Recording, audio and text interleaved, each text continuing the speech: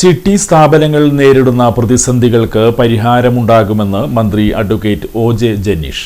All Kerala ചിട്ടി ഫോർമാൻസ് association Kodungallur taluk സമ്മേളനം ഉദ്ഘാടനം ചെയ്ത് സംസാരിക്കുകയായിരുന്നു മന്ത്രി.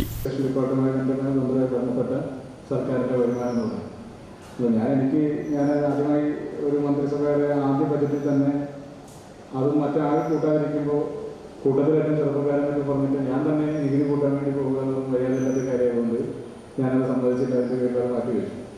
പക്ഷേ എങ്കിൽ കൂടി ഞാൻ അന്നേരം പരിശോധിച്ച് നോക്കിയപ്പോൾ ഈ രജിസ്ട്രേഷൻ ഡിപ്പാർട്ട്മെൻറ്റ് സംസ്ഥാന ഗവൺമെൻറ്റിന് അങ്ങോട്ട് പണം സമ്പാദിച്ചു കൊടുക്കുന്ന കേരളത്തിലെ 4ാമത്തെ ഏറ്റവും പ്രധാനപ്പെട്ട വകുപ്പുകളൊന്നാണ്.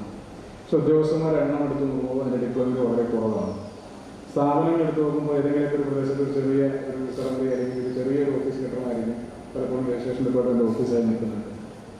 കുറേയിടത്തൊക്കെ വാടകയ്ക്കാണ്, കുറേയിടങ്ങളിലൊക്കെ ഒരു കഴിഞ്ഞ ദിവസം വലിയ പരാതിയായിട്ട് ഒരു സ്ഥലത്ത് നിന്ന് ജനപ്രതിനിധിക്ക് വന്നത് ഒരു UPS ഇല്ലാന്ന് പറഞ്ഞിട്ടാണ് ഡിപ്പാർട്ട്മെൻറ്റിൻ്റെ ഓഫീസിൽ ഒരു UPS ഇല്ലാന്ന്. അപ്പോൾ ഞാൻ നോക്കുമ്പോൾ അങ്ങനെയുള്ള കുറേ പോരായ്മകളുണ്ട്. അപ്പോൾ ഈ പോരായ്മകളൊക്കെ പരിഹരിക്കാനുള്ള ഒരു ശ്രമം കൂടി നടക്കുന്നതിനിടയിലാണ് നിങ്ങളുടെ ഇത്തരം പരാതികൾ കൂടി വന്നു ചേരുന്നത്. അപ്പോൾ പ്രധാനമായിട്ടും ഇവിടെ ചൂണ്ടിക്കാണിച്ച മറ്റൊരു പ്രധാനപ്പെട്ട കാര്യം കേസുകളുമായി ബന്ധപ്പെട്ട് കെട്ടിക്കിടക്കുന്ന ഫയലുകളാണ്. അതുപോലെ തന്നെ ആർബിട്രേഷനുമായി ബന്ധപ്പെട്ട കാര്യങ്ങളാണ്. ഞാൻ ഈ കാര്യം രണ്ടും തന്നെ കഴിഞ്ഞ ദിവസങ്ങളിൽ മുഖ്യമന്ത്രിയുമായി സമയം സംസാരിക്കാൻ അവസരം കിട്ടിയപ്പോൾ ഡിപ്പാർട്ട്മെൻറ്റിലെ കുറച്ച് കാര്യങ്ങൾ ബ്രീഫ് ചെയ്യുന്ന കൂട്ടത്തിൽ ഈ കാര്യങ്ങൾ കൂടെ അദ്ദേഹത്തിൻ്റെ ശ്രദ്ധയിൽപ്പെടുത്തിയിട്ടുണ്ട്. ഫിനാൻസ് വകുപ്പിൻ്റെ കൂടി അനുവാദമില്ലാതെ നമുക്ക് പല നിയമനങ്ങളും കാര്യങ്ങളും നടക്കാതെ പോകുന്നത് തന്നെ അതിൻ്റെ കൂടി ചുമതല വഹിക്കുന്ന കേരളത്തിൻ്റെ മുഖ്യമന്ത്രി കടത്തുകൂടത്തിന് കാരണം അവതരിപ്പിച്ചിട്ടുണ്ട്. ഒരു കുറച്ചുകൂടി വിശദമായി തന്നെ ഈ വിഷയങ്ങളെ സംബന്ധിച്ച് ഒരു റിപ്പോർട്ട് എടുക്കാൻ വേണ്ടി രജിസ്ട്രേഷൻ IG-യോടും ചുമതലപ്പെടുത്തിയിട്ടുണ്ട്. അവരുടെ റിപ്പോർട്ട് കിട്ടുന്നതിന് മുറയ്ക്ക് തന്നെ ഈ വിഷയത്തിലൊരു പെട്ടെന്നൊരു സഡൻ ആക്ഷൻ അല്ലെങ്കിൽ കൂടി ഘട്ടം ഘട്ടമായി നിങ്ങളുടെ കൂടി പരാതികളൊക്കെ പരിഹരിക്കാവുന്ന ഒരു അനുകൂലമായ സമീപനം ഉണ്ടാകും എന്നൊരു കാര്യം മാത്രം നമുക്ക് ചോദിക്കുന്നത്.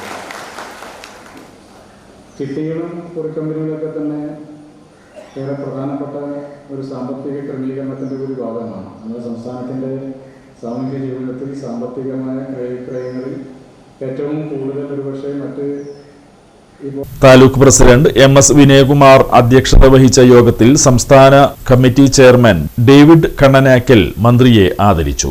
സംസ്ഥാന ജനറൽ സെക്രട്ടറി VT ജോർജ് ചിട്ടി രംഗത്ത് പ്രശ്നങ്ങൾ പരിഹരിക്കുന്നതിനാവശ്യമായ നടപടികൾ സ്വീകരിക്കണമെന്നാവശ്യപ്പെട്ട് നിവേദനം സമർപ്പിച്ചു.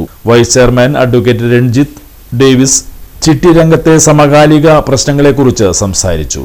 മുനിസിപ്പൽ കൗൺസിലർമാരായ TS സജീവൻ, ഗീതാറാണി എന്നിവർ സംസാരിച്ചു. സംസ്ഥാന കമ്മിറ്റി അംഗം ഇഗ്നേഷ്യസ്, വിവിധ സ്ഥാപനങ്ങളിലെ പ്രതിനിധികളായ Salin Nalumakkal, Chenthamarakshan master, NK Jayaraj, Harshakumar, Raghunath, Babu Thaivalath, Venugopal, KK Mohanan, advocate Bijukumar, NP Kumaran, KN Jyothish, EN Radhakrishnan, secretary KB Shaji, NK Thankaraj എന്നിവർ സംസാരിച്ചു. SMD കുറിസ് വാളൂർ സമാജ പ്രസിഡന്റ് ലക്ഷ്മി നാരായണൻ, ഗുരുകടാക്ഷ കുറിസ് ലാബിൻ TR, തോമസ് KV, കോട്ടമലയിൽ കുറിസിന് വേണ്ടി